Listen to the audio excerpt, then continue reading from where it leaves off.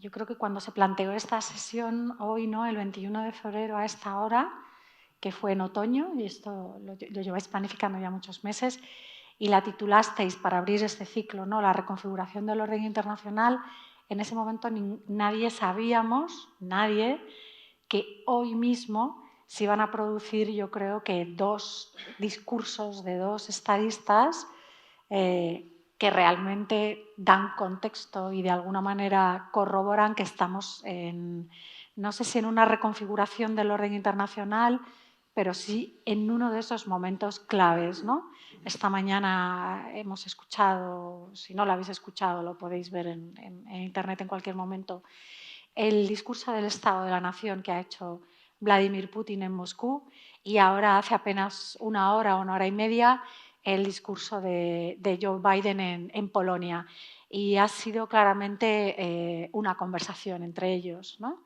Y yo creo que hemos escuchado por las dos partes algunos de los temas, de los conceptos que claramente están articulando este nuevo orden internacional o el momento internacional que estamos viviendo, y también las características que lo definen, ¿no?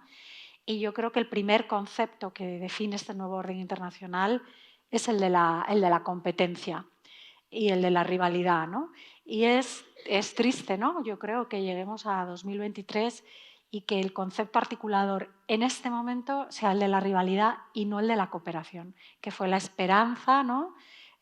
Durante muchas décadas, una vez que cayó el muro de Berlín, ¿no? Empezamos unas décadas de cooperación, donde situamos también el desarrollo de todo el mundo y las iniciativas conjuntas y el multilateralismo como, digamos, uno de los ejes orientadores de esta nueva etapa que se abría. Y la verdad es que ha sido una etapa, Jesús, que yo creo que ha durado muy poco, ¿no? Y yo diría que para mí este es un poco el punto de partida del momento en el que estamos, ¿no? El de la vuelta a una rivalidad a unas dimensiones enormes, porque no es Putin y Joe Biden, no es Estados Unidos y Rusia, es realmente por no asumir tampoco la dialéctica de Estados Unidos, que yo tampoco comparto, no es democracias, autocracias, porque son democracias y son también regímenes que no son tan democráticos. Y luego también, digamos que nosotros, el mundo occidental, no tenemos tampoco de nuestro lado a todas las democracias del mundo, ¿no? Hay otras visiones. Yo creo que hay un contexto mucho más complejo, que no es esta bipolaridad democracias-autocracias. Yo creo que es más bien una visión del mundo centrada un poco en los individuos, en el derecho, en la libertad, y otro claramente pues, en un sistema autoritario donde el individuo pasa en un segundo plano, donde importan más conceptos como la nación, la comunidad y el pueblo, ¿no? Pero bueno, yo quería empezar aquí dejando caer lo que para mí es la seña de identidad, que es la rivalidad y la competición frente a la cooperación, ¿no? No sé cómo lo ves tú, Jesús. Creo que efectivamente hay mucho de eso. En fin, buenas tardes, un placer estar nuevamente aquí, desde luego con la casa encendida, haciéndonos viejitos juntos, de 20 años colaborando efectivamente desde el Instituto de Conflictos y Acción Humanitaria y con una casa encendida, criaturas todavía empezando en aquel momento, hace ahora 20 años, y en fin, aquí estamos y lo que nos queda. Por lo tanto, un placer poder seguir colaborando y en compañía, desde luego, con Áurea, con quien me une ya esa colaboración de tanto tiempo. Yo creo que has señalado ya una cuestión que efectivamente, en términos comparativos, podemos ver cómo fue muy corta, decías tú ya, esa etapa de una esperanza de que después de la caída del muro y la implosión de la Unión Soviética empezaba una etapa de colaboración, de cooperación internacional. Veíamos como en aquel momento parecía incluso que la globalización lo que traía era siempre buenas noticias. Luego hemos comprobado que junto a las buenas había otras que no tanto. Y claro, cuando entramos en este siglo y lo que pretende el ciclo es echar un vistazo a estos cambios en estos últimos 20 años, por lo tanto, en lo que llevamos de siglo básicamente, el siglo ya empezó con un claro contrapié con respecto a esa agenda que traíamos, porque el 11 de septiembre marca ya de forma bien clara un giro en la agenda internacional que va a meternos en una senda prolongada en el tiempo, una agenda equivocada en buena medida, errónea en cuanto a sus planteamientos y no digamos ya en cuanto a sus respuestas, que fijaba todo en torno a esa mal llamada guerra contra el terror, con Estados Unidos utilizándola como vehículo conductor para intentar mantener su hegemonía a escala mundial. Recordemos que el lema de campaña de Bush hijo era hacer del siglo XXI el siglo de Estados Unidos o el siglo de América, como ellos se llaman a sí mismos, y eso nos ha mantenido empantanados durante mucho tiempo mientras otras agendas iban quedando en un lugar secundario, olvidadas en buena medida. No deja de ser paradójico. Llegamos a 2017 y en la primera Estrategia Nacional de Seguridad de la Administración Donald Trump es cuando se produce el giro, lo que tú acabas de señalar. Pasamos de guerra contra el terror a competencia entre potencias globales. Lo que dice el hegemón mundial, intentando mantener esa posición, es que no puede ser que una superpotencia como Estados Unidos, en todos los órdenes, esté utilizando como centro, como foco principal de su actuación en el planeta, el tema del terrorismo, cuando hay muchas otras dinámicas en donde están en juego sus intereses vitales. Por el camino se ha ido empantanando en escenarios como Afganistán y otros en donde no están en juego sus intereses vitales. Y evidentemente ese empantanamiento va a ser utilizado por otros. Básicamente no se nos escapa, supongo a nadie, China y Rusia en cierta medida van a aprovechar también esas circunstancias hasta que, como digo, año 2017, a finales, Estados Unidos marca una nueva etapa en la que creo que estamos actualmente. Competencia entre potencias globales. ¿Quién puede jugar en primera división mundial a día de hoy en esa competencia? Pues es obvio que Estados Unidos, intentando mantener su liderazgo todo el tiempo que pueda, como han hecho otras superpotencias, otros hegemones mundiales en otros periodos históricos, y China como el aspirante central, que es el único que actualmente, hasta que ahora nos encontramos en la guerra de Ucrania, de forma abierta ha desafiado a Estados Unidos por ese liderazgo. Una China que vuelve al centro del escenario mundial. Si tengo que poner un ejemplo, el único país con peso específico que se ha atrevido a decirle a Estados Unidos no acepto lo que estáis haciendo con Irán aplicándole sanciones, ha sido China. Ha establecido un acuerdo estratégico de 25 años por el cual se atreve a olvidarse de las sanciones internacionales que se le están aplicando al régimen chino y va a intercambiar petróleo y gas iraní a cambio de inversiones, comercio y ayuda, también tecnológica, para que Irán no se ahogue, no colapse bajo el asedio al que está siendo sometido por países, ya digo, con Estados Unidos el primero, Israel, Arabia Saudí y muchos otros detrás. Por lo tanto, creo que eso va definiendo un escenario que hace que hoy en día el centro de gravedad de los asuntos mundiales esté fijado ya claramente, y creo que para tiempo, en la región del Indo-Pacífico, con un actor, Estados Unidos, intentando consolidar su hegemonía también en esa zona y con una China intentando romper ese asedio al que se siente cada vez más limitado por parte de Estados Unidos y otros actores, que a donde nos está llevando entonces, desde mi punto de vista, la dinámica que nos está llevando es a un alineamiento otra vez en bandos. Vemos cómo tanto Pekín como Washington cortejan a los países de la zona Indo-Pacífico, no solamente Corea del Sur o Japón, también India y Filipinas y Australia e Indonesia y otros países, cómo a su vez China está jugando como primer cliente que ya es y primer socio comercial de muchos de esos países a intentar llevárselos a su bando, cómo esos países en buena medida van a intentar, en la medida que puedan, aprovechar lo que le dé uno y lo que le dé el otro, para no tener que tomar posición en algunos casos, como ocurre en el de China. Y eso hace que, por lo tanto, todos los demás escenarios del teatro de operaciones global, mundial, queden en una posición secundaria. Da igual si hablamos de África, si hablamos de Latinoamérica, pero también diría, también si hablamos de Europa, porque en buena medida nos podremos preguntar luego qué hay de Europa en todo este juego. ¿Puede la Unión Europea jugar en esa primera división mundial, donde cabría pensar que tiene espacio, pero a donde no ha llegado todavía?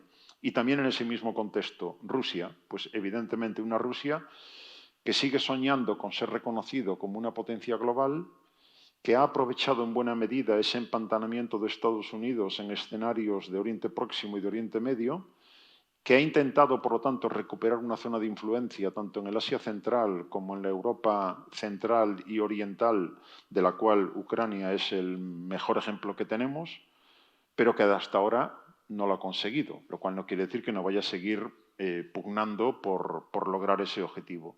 Y eso está estableciendo, yo creo, las dinámicas principales que estamos viendo actualmente, mientras que, en paralelo, asistimos a un creciente desajuste del marco institucional que, en fin, recordemos, heredamos de la Segunda Guerra Mundial y que, por lo tanto, es un marco que, por muy bien que haya funcionado, y no ha sido tanto lo bien que ha funcionado, cada día muestra más desajustes porque no tiene ya, no refleja la relación de fuerzas de hoy ni las dinámicas de hoy, donde faltan actores que han adquirido peso específico pero no están representados en ese marco institucional, y no me refiero solamente a la ONU, sino, en fin, Fondo Monetario, Banco Mundial y tantos otros organismos, y por lo tanto asistimos a una dinámica, como digo y termino, de competencia entre potencias globales que se lo plantean en términos fundamentalmente nacionales, con un marco institucional a nivel mundial que ya no parece capaz de gestionar los problemas que genera esa competencia. Hemos hablado de un primer concepto, el concepto de competencia, ¿no? Como definitorio de este momento que estamos viviendo. Yo creo que también tenemos otro concepto claramente asociado también al de competencia y rivalidad que estamos teniendo, ¿no? Que no es competencia económica, es competencia por recursos, por áreas, por muchos recursos, ¿no? Y asociado al concepto de competencia, yo creo que otro de los definitorios de este momento es el de la seguridad, ¿no? El retorno del concepto de la seguridad, que lo permea todo, y en un sentido de seguridad clásica, el más vinculado a lo militar, a la defensa.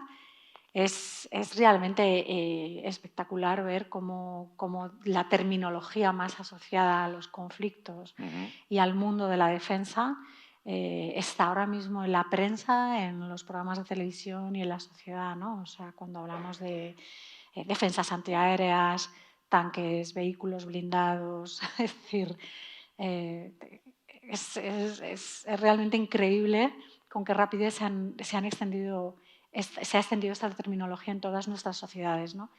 Es también, yo creo que una mala noticia y es bastante decepcionante, ¿no? Pero luego también un concepto de la seguridad que recorre absolutamente todos los aspectos, ¿no? Y que domina todas las dimensiones de las relaciones internacionales, ¿no? Que es el concepto de la seguridad aplicado ahora mismo en la economía, por ejemplo. Por eso se han roto y han colapsado tantas iniciativas de cooperación y por eso realmente se está desmontando por partes la globalización, porque se empieza a entender que la interdependencia económica es una vulnerabilidad, es una debilidad. Entonces hay que garantizar también la seguridad económica.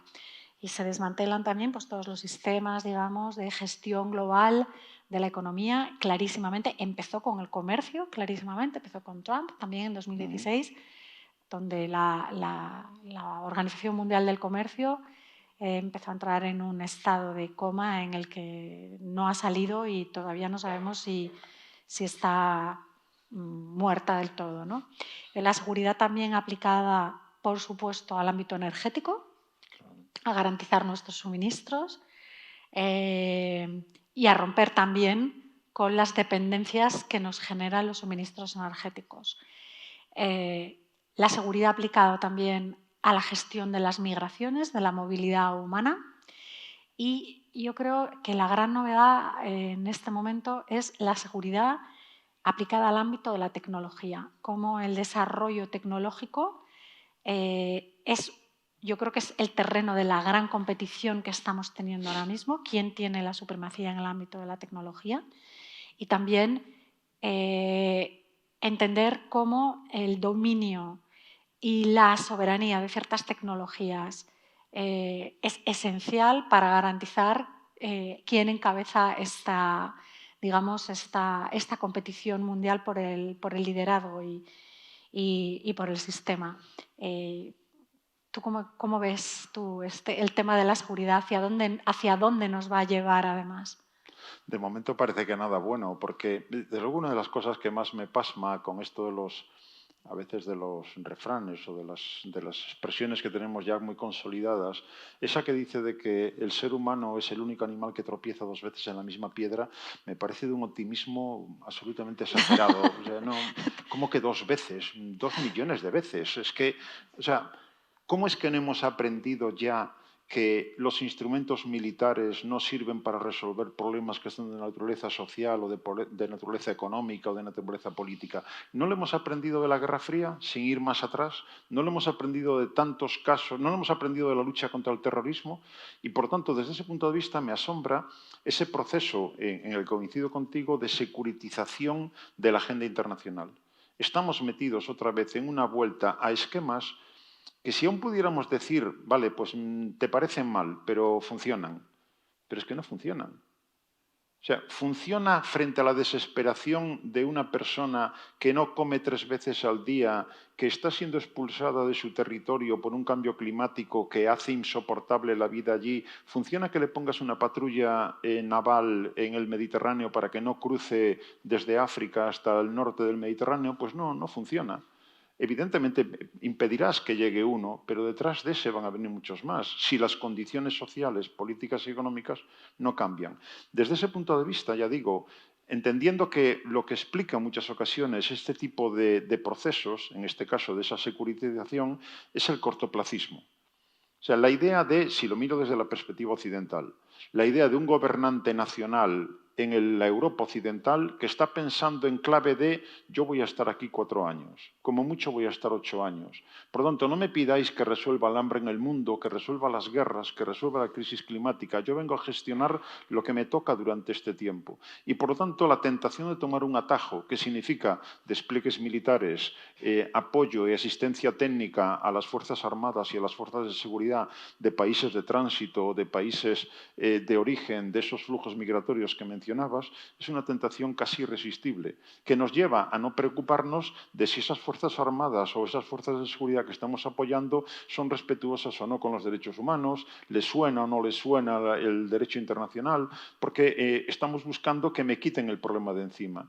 De tal manera que no se resuelve en ningún caso ese problema, simplemente en el mejor de los casos se retrasa su explosión, su estallido, y volvemos a vivir poco tiempo después una repetición de lo mismo. Estamos, desde mi punto de vista, y eso me resulta muy preocupante, sin aprender la lección de que si no vamos a las causas estructurales que generan los problemas que derivan luego en tantas ocasiones en estallidos de violencia, es que no hemos entendido todavía el cambio de los tiempos. Y que desde ese punto de vista volver otra vez a una percepción de seguridad nacional, de seguridad del Estado, defensa de fronteras, integridad territorial, sin pensar en las condiciones de vida de quienes están aquí dentro, privilegiados como somos, y de quienes están ahí fuera, es no querer entender. Ya digo que de ese modo estamos condenados a vivir una vez más la misma situación.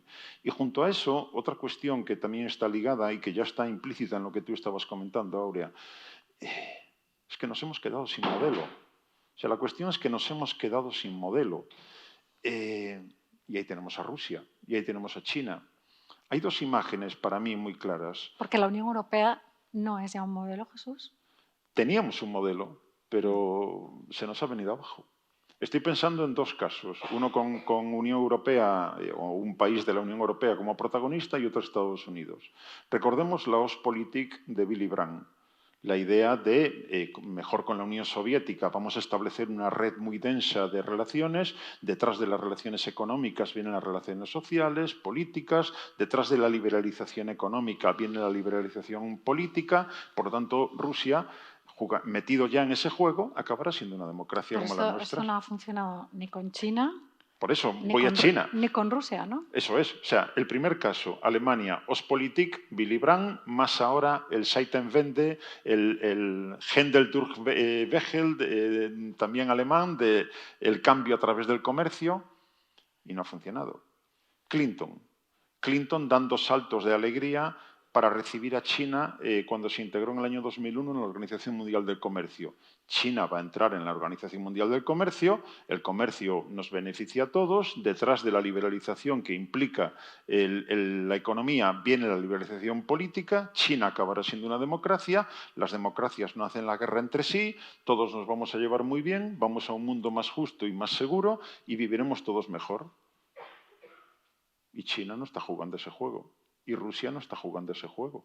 Ese juego funciona cuando todo el mundo quiere jugar a él, pero si hay dos que se llaman Vladimir Putin o Xi Jinping ahora, y no es el primero, en China que no quieren jugar ese juego, nos hemos quedado con cara un poco de tontos, podríamos decirlo, en el sentido de que han aprovechado todas las condiciones favorables que le han permitido a China convertirse en la segunda economía del planeta o ya en la primera en paridad de poder adquisitivo, pero no ha habido tal liberalización política y no se han sentido atados o comprometidos por un esquema que ellos no han conformado inicialmente. Cuando llega China a este juego, el reparto de las cartas ya estaba dado y a China no se le dejó ningún sitio. Por tanto, ellos buscan el camino por otro lado. En definitiva, no sé muy bien lo que significa ahora mismo el tema de Olaf Scholz, del Zeitenwende, no sé muy bien lo que significa cambio de tiempo que ahora quiere marcar, porque en definitiva nos hemos quedado sin el modelo que pensábamos que iba a ser a satisfacción de todos, aceptado por todos. ¿Y qué hacemos ahora entonces? ¿Volvemos otra vez al esquema también securitario y a utilizar la fuerza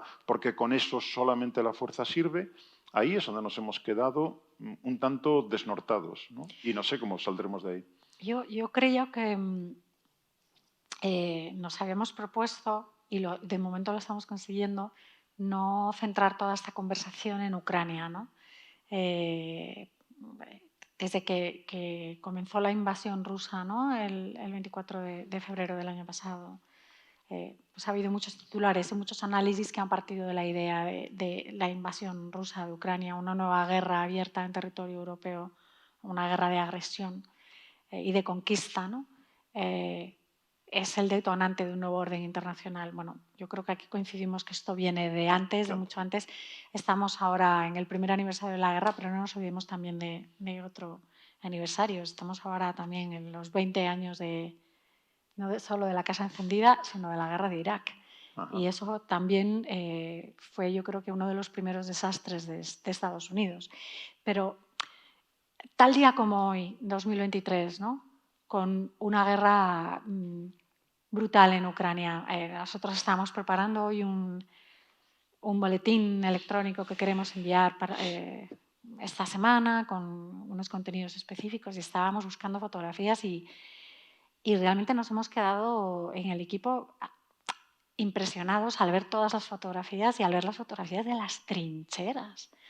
Porque un compañero decía, mira, estas fotos en las que no hay soldados podrían ser de la Primera Guerra Mundial. O sea, kilómetros y kilómetros de trincheras en territorio europeo. Uh-huh. Es muy increíble realmente que esto esté pasando, ¿no?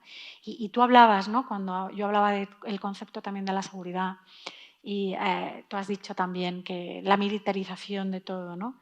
Y cómo nos equivocamos al intentar buscar soluciones militares a todo. Bueno, pues yo quería que tal día como hoy, ¿no?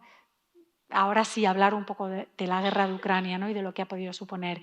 Y en este año, aunque yo no creo que sea el momento en el que se hable un nuevo orden para nada, yo creo que es un hito más, es una acumulación de circunstancias muy complejas y de un cambio en la posición de muchos países, ¿no? Un año después, sin embargo, ¿tú qué balance haces de este primer año de guerra? ¿Qué lecciones sacarías de lo que hemos visto? Porque la verdad es que en las primeras 24 horas del año pasado, de la invasión rusa, o incluso en la primera semana, todos dimos por hecho que, bueno, pues que nada, que esto iba a ganar Rusia y que más pronto que tarde tendríamos que abrir una negociación con Rusia para ver qué quiere Rusia y ya está. Y sin embargo estamos en un escenario impensable. ¿Cuáles serían tus lecciones de lo que ha pasado en este año? Claro, parto de la misma idea. En los primeros días, y lo planteo en términos personales, claro, si uno parte de la idea de que Vladimir Putin es el mejor estratega que hay en este planeta, y si uno parte de la idea de que las Fuerzas Armadas rusas son las segundas de este planeta, uno imagina que cuando se lanza ese estratega con esa maquinaria a conseguir un objetivo, lo va a lograr en 2 días. Por lo tanto, te cuesta tiempo, a unos le puede durar más días o semanas, confrontar eso con la realidad del desastre de planificación y el desastre de ejecución de esa maquinaria una vez que decide iniciar la invasión de Ucrania. Es decir, no puede ser. O sea, no pueden aparecer columnas de vehículos empantanados en una carretera a lo largo de kilómetros, ni para adelante ni para atrás. No puede ser que estén llevando a cabo una operación aerotransportada en el aeropuerto de Hostomel, al lado de la capital, y que eso no consiga derribar la oposición ucraniana y tomar inmediatamente la capital y derribar a Zelensky. Por lo tanto, eso fue quizá un primer choque con la realidad de que detrás de la fachada pues quizá no había lo que podíamos imaginar previamente. A partir de ahí, algunos datos que, sin conclusiones definitivas, puesto que obviamente la guerra sigue ahí y todo apunta a que vaya a ser prolongada ahora mismo, podemos extraer. Para mí, una de ellas tiene que ver con el hecho de que, para entender el nivel, no sé si llamarle de hipocresía, de cinismo, en fin, que cada persona elija el calificativo que le quiera poner, tengo la absoluta seguridad de que si Vladimir Putin hubiera conseguido en la primera semana la toma de la capital y el derribo de Zelensky, hoy estaríamos hablando con Putin lo mismo que hablábamos antes. Quiero decir que todo el envoltorio de valores, de principios, de esto no puede ser, esto es inaceptable, lo hacemos a partir de que le salió mal el plan A. Pero si le llega a salir bien el plan A, es decir, si consigue colocar una marioneta en Kiev, hoy estaríamos aceptando, bueno, Rusia necesita su zona de influencia, hay que aceptarlo y no pasa nada, o no pasa nada distinto a lo que ya pasaba antes. Es decir, estaríamos tratando, nuestros gobiernos y en el ámbito internacional estarían tratando a Putin igual que lo trataban hasta el día anterior al inicio de la invasión. Por otro lado, otra mínima conclusión que voy extrayendo de lo que ha ocurrido hasta ahora, ¿dónde está la Unión Europea? Es una de las cosas que me preocupa en este escenario en el que nos estamos moviendo. Porque veo a Borrell desgañitándose no basta con los aplausos, hay que dar armas. Veo a Borrell haciendo un diagnóstico en muchos casos acertado de la situación. Cuando plantea una Unión Europea, no sé si somos conscientes de esa situación. Vivimos en una Unión Europea que es el rincón más privilegiado del planeta en términos de bienestar y en términos de seguridad. Y nos dice Borrell, insisto con él porque es quien es el alto representante para la política exterior de la Unión. Dice él, resulta que eso es el resultado de que en el pilar llamado bienestar o prosperidad dependemos energéticamente de un impresentable, que es Putin, y dependemos económicamente, en cuanto a que compramos productos de consumo baratos, de otro impresentable, que es Xi Jinping. Por lo tanto, nuestro bienestar, nuestra prosperidad está basada en actores y en variables externas, no están en nuestras manos. Tú antes mencionabas lo del intento de volver a renacionalizar cosas porque empezábamos a ver esa interdependencia como algo negativo. Y para colmo, concluye Borrell, resulta que el otro pilar, el de la seguridad, está basado en la protección y en la cobertura que nos presta un país no Unión Europea que se llama Estados Unidos. Resulta, por lo tanto, que nuestro bienestar y nuestra seguridad dependen de actores externos. Que puede ocurrir que en algún caso quieran jugar nuestro juego y que tengamos intereses comunes, pero que en otros casos no. Y por lo tanto eso nos lleva a una actuación en la que, sin haber conseguido todavía dotarnos de una voz única, y por tanto con muchas dificultades para dar cada paso, porque hay que buscar un mínimo común denominador entre los 27, nos presenta como un actor en muchos casos impotente o que llega tarde a muchas cosas, y por otro lado con un seguidismo prácticamente obligado de Estados Unidos. Para mí la declaración Unión Europea-OTAN de hace apenas unas semanas es la señal más clara de que vamos a más OTAN y a más subordinación de la Unión Europea en cuanto a su seguridad de Estados Unidos. Pues para alguien como es mi caso, que se define como europeísta, no me parece buena noticia. ¿Es buena noticia que Suecia y Finlandia vayan a entrar en la OTAN? Para la OTAN, magnífica. La revitaliza. ¿Cómo es que Suecia y Finlandia, miembros de la Unión Europea, no se han acordado de que existe el artículo 42.7 del Tratado de la Unión Europea que establece una cláusula de defensa colectiva? Bueno, yo creo que sí se han acordado, pero saben que detrás de ese artículo no hay unas fuerzas armadas capaces de hacerlo real, ¿no? Efectivamente. Porque yo creo que efectivamente no es que te esté cortando, Ya, es no, sí. para que debatamos. Y además luego la idea es que también podamos hablar con el público, tenemos tiempo, porque estás añadiendo a tus lecciones de este primer año de guerra y las consecuencias.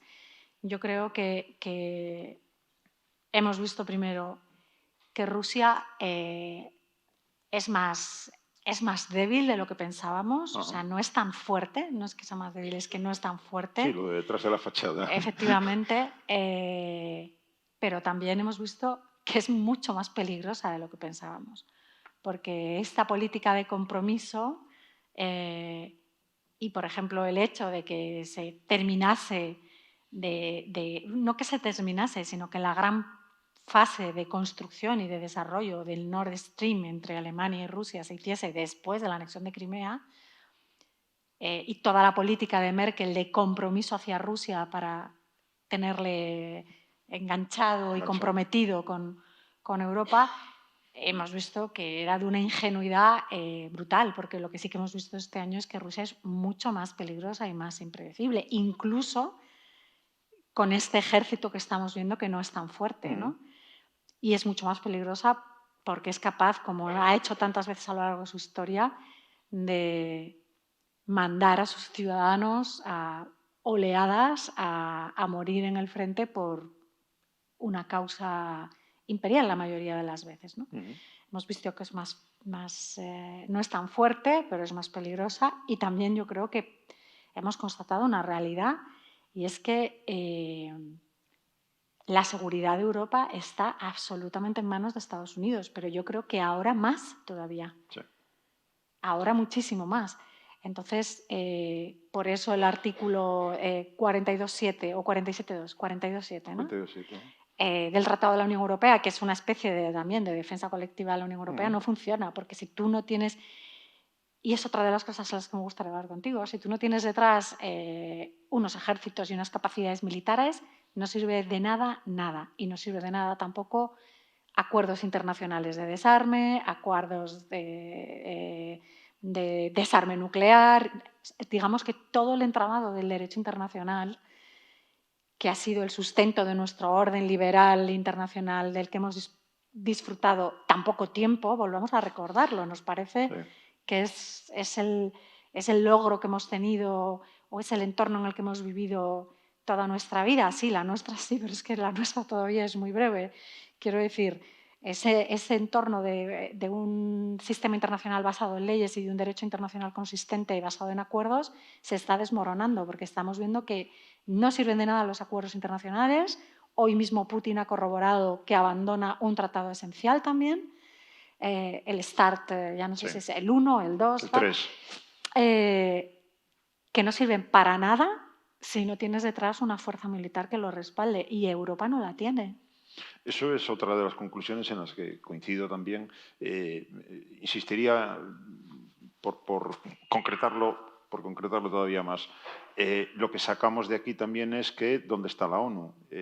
Una ONU que se ha mostrado claramente impotente, no por falta de capacidades, siempre es lo mismo, es fácil matar al mensajero, por falta de voluntad política de los gobiernos nacionales para darle a la ONU los medios necesarios para que pueda cumplir la tarea para la cual fue creada. Luego, desde ese punto de vista, creo que volvemos a entender otra vez esa necesidad de todo lo que sea, da igual si hablamos de valores, principios o derecho internacional, como último recurso necesita la amenaza de la fuerza, del uso de la fuerza, como último recurso. Y ya sé que en tantas veces se ha utilizado mal porque no se ha utilizado como último recurso. Bien, pero eso no invalida la formulación. Es decir, claro que podemos pensar que todos nos amamos, todos nos vamos a llevar bien y que nadie va a desear lo ajeno y nadie va a querer, por voluntad de poder, imponerse al otro. Pero en la medida en la que reconozcamos con los ojos abiertos que eso no es así, necesitamos entender que el uso de la Fuerza Armada como último recurso debería estar en manos de esa ONU, de ese representante de la comunidad internacional, precisamente para hacer valer aquellas reglas de juego que nos hemos dado entre todos. Bueno, ha quedado muy claro en este caso, no era la primera desde luego, una vez más vuelvo a lo de antes, el enorme desajuste de los mecanismos que tenemos para la gobernanza de la globalización. Y no tenemos mecanismos adecuados. La ONU claramente ha demostrado que no lo es y no hay ningún otro. Lo cual ya sabemos en qué deriva. Deriva en que ese hueco que queda vacío alguien lo va a cubrir de manera impropia. Se llame Estados Unidos, se llame OTAN, se llame China o se llame Rusia. Alguien va a intentar, diciéndonos lo hago por el bien general, defender sus propios intereses, imponiéndose cuando es necesario a los demás. Luego, desde ese punto de vista, llevándolo a la otra cuestión que estabas planteando, los ejércitos, la necesidad de las Fuerzas Armadas. Vuelvo otra vez al esquema de la Unión Europea. Que sigamos pensando los 27 todavía en esquemas nacionales de defensa es algo tan anacrónico. O sea, que España piense que puede contar con unas Fuerzas Armadas que le sirvan para defender sus intereses cuando una amenaza se le presente ahí delante, o Alemania, o Países Bajos, o Italia, es estar fuera de la realidad. Siempre se nos ha dicho que la Unión Europea avanza cuando está con un pie o dos casi cerca del abismo. Estamos cerca del abismo. Y, sin embargo, no vemos una reacción adecuada en términos comunitarios, no en términos nacionales. De repente Alemania dice 100.000 millones más para la defensa. ¿De quién? La mía. Francia acaba de decir lo mismo. ¿Defensa de quién? De Francia. Y nosotros, España, acaba de decir que va a aumentar el presupuesto de defensa también para llegar a ese objetivo sacralizado, pero nunca explicado, del 2% del PIB dedicado a ese capítulo.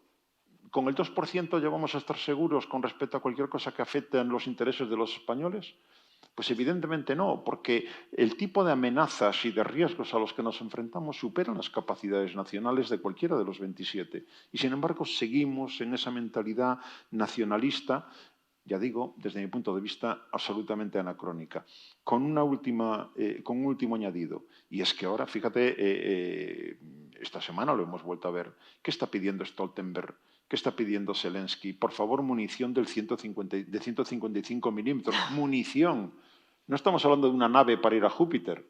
Estamos hablando de que en función de lo que ocurrió al final de la Guerra Fría, se han ido desmovilizando ejércitos, se ha ido reformulando una industria de defensa que, como pensamos que las guerras convencionales ya no iban a ocurrir, menos aún en Europa, no íbamos a necesitar contar con medios para mantener un esfuerzo sostenido.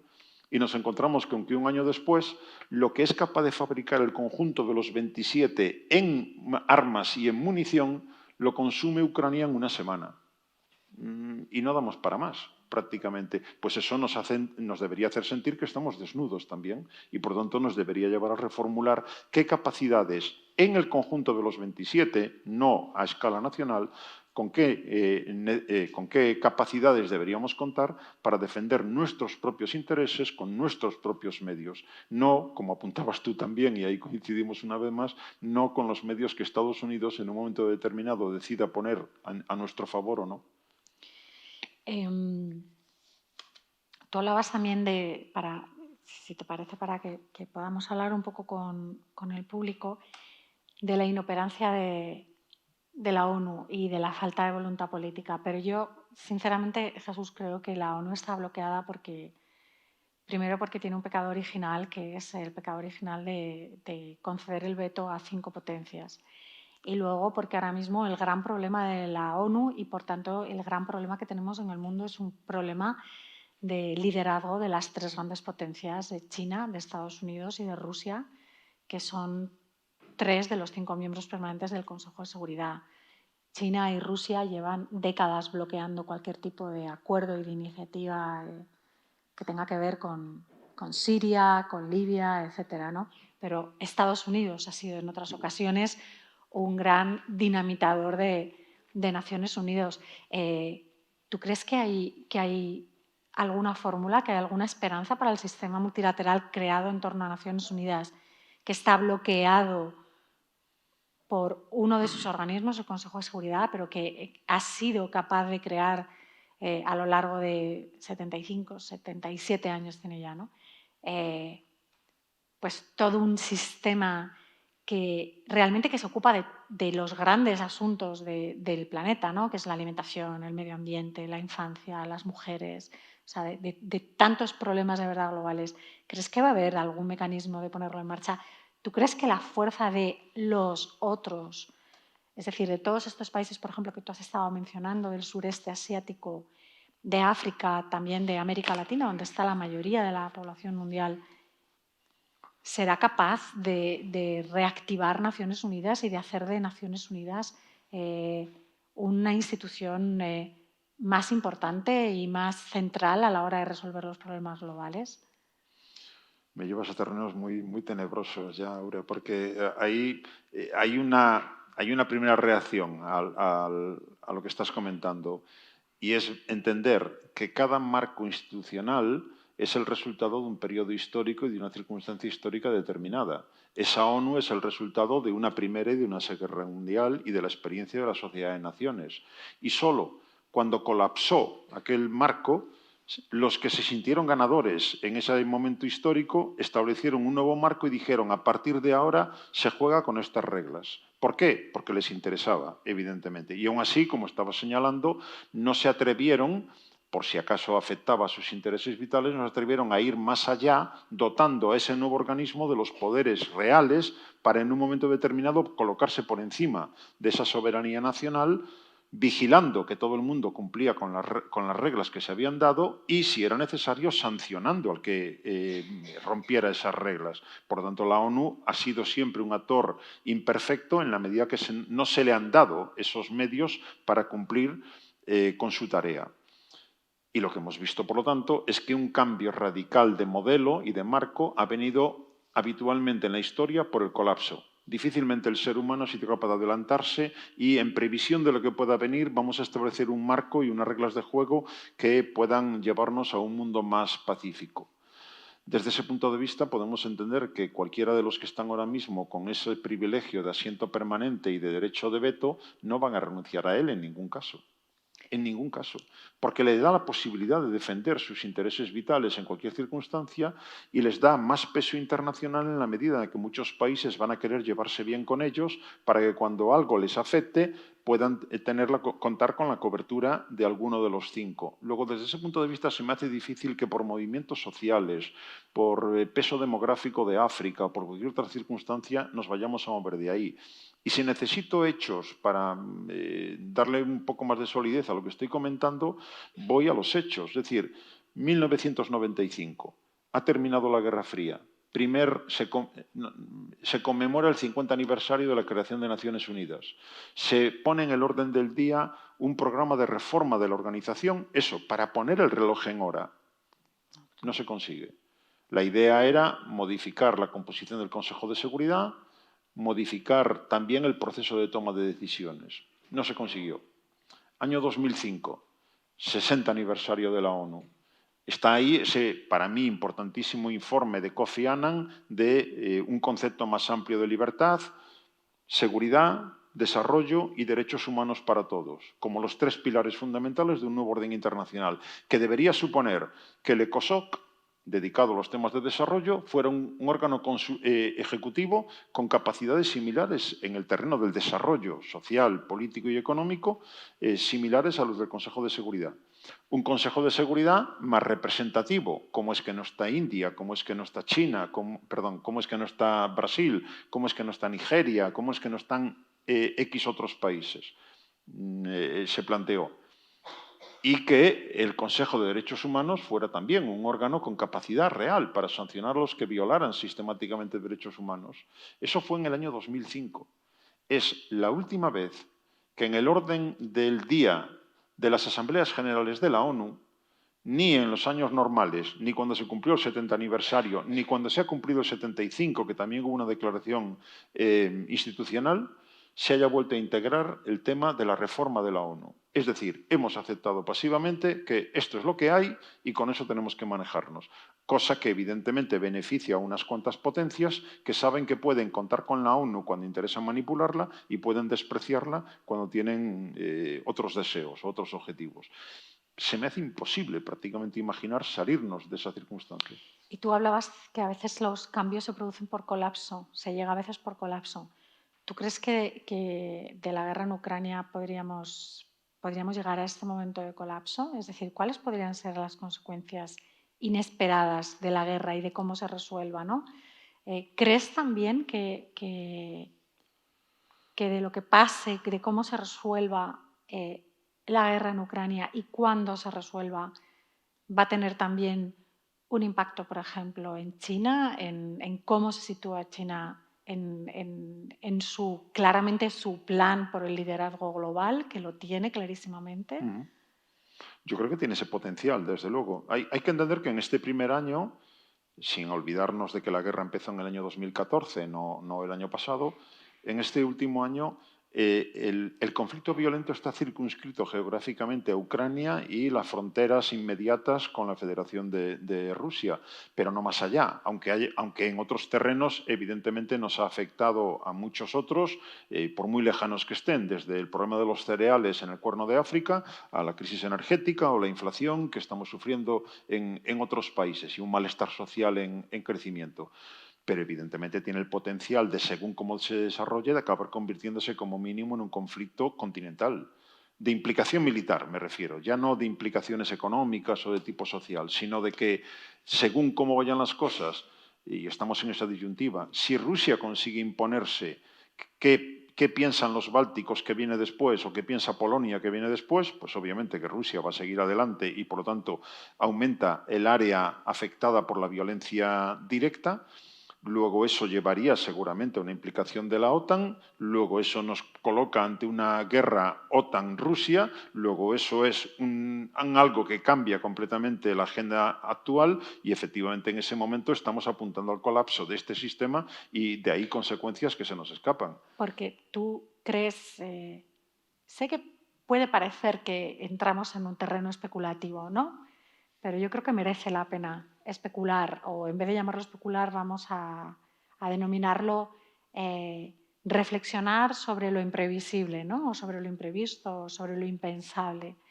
Que llegue un punto en el que hemos pasado de enviar cascos, como envió Alemania cuando empezó la guerra, a enviar munición, chalecos, los famosos Javelin, las lanzaderas, o sea, como los HIMARS. Los HIMARS, como hemos aprendido.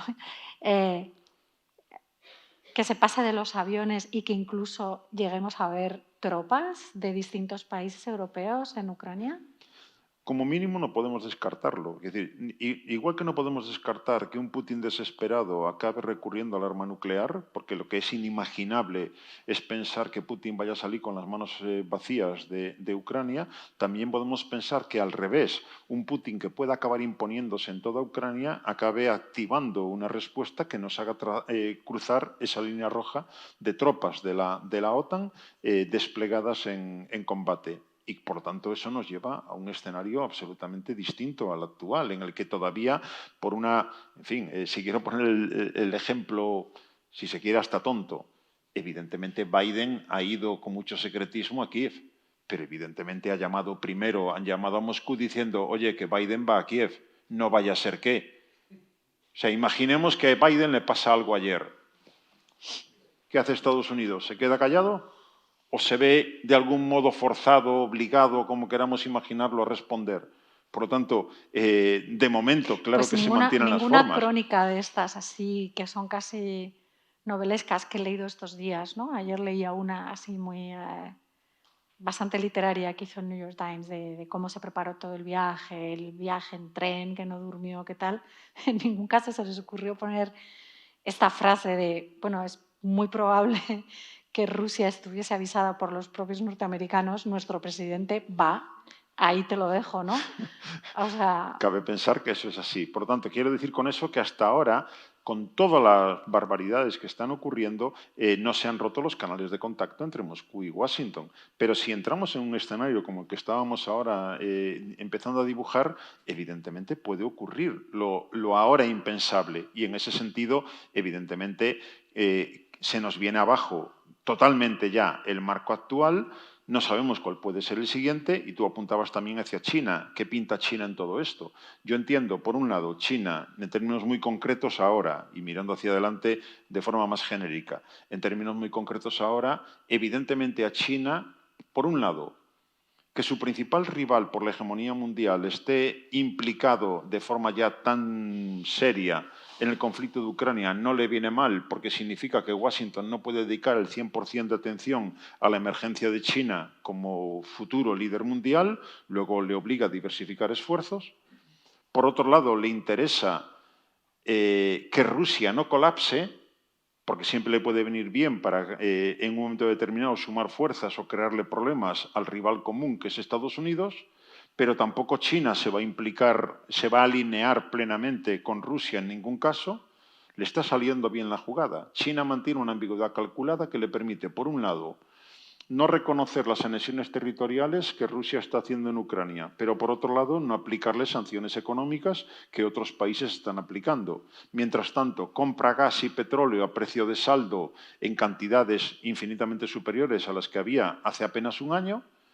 Por otro lado, Rusia está fuera del sistema bancario internacional y lo que necesita ahora mismo es liquidez y inputs que no tiene, y China se los presta. China está comprando también a precio de saldo cualquier activo industrial mínimamente atractivo que pueda tener Rusia. Luego China jugará a que Rusia no colapse, pero tampoco a alinearse completamente con ella. Si lo miro a más largo plazo, donde está ahora mismo la cuestión desde mi punto de vista es si China entiende de una vez que le interesa aportar todo lo que pueda a un mundo con más estabilidad. En la medida en la que es la fábrica del mundo, para que funcione necesita que el comercio fluya. Y en la guerra hay una parte del comercio que fluye, pero mucha otra no. Y de las cosas que fundamentalmente produce China son los inputs, los productos no militares. Luego le debería interesar compartir responsabilidad.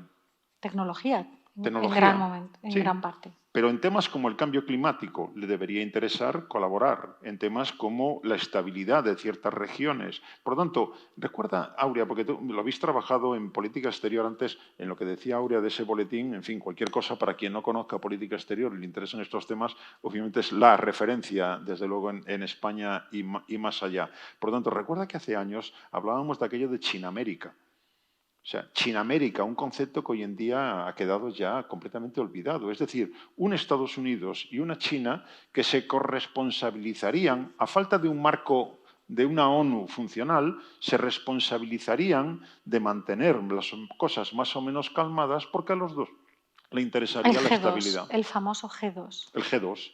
Aquello no ha cuajado, sino que más bien parece que vamos en la dirección de, como ya empezábamos en la sesión, de competencia entre ambos. Sí, porque un G2 llevaba claramente a un G1 y ese G1 era China. Era claro. China solamente, ¿no? Claro. Estados Unidos lo vio. Y hay que decir que Trump le puso el cascabel al gato. Fue el primero el que señaló claramente la interdependencia con China nos debilita y además China no juega en el mismo terreno de juego en ningún caso, ¿no?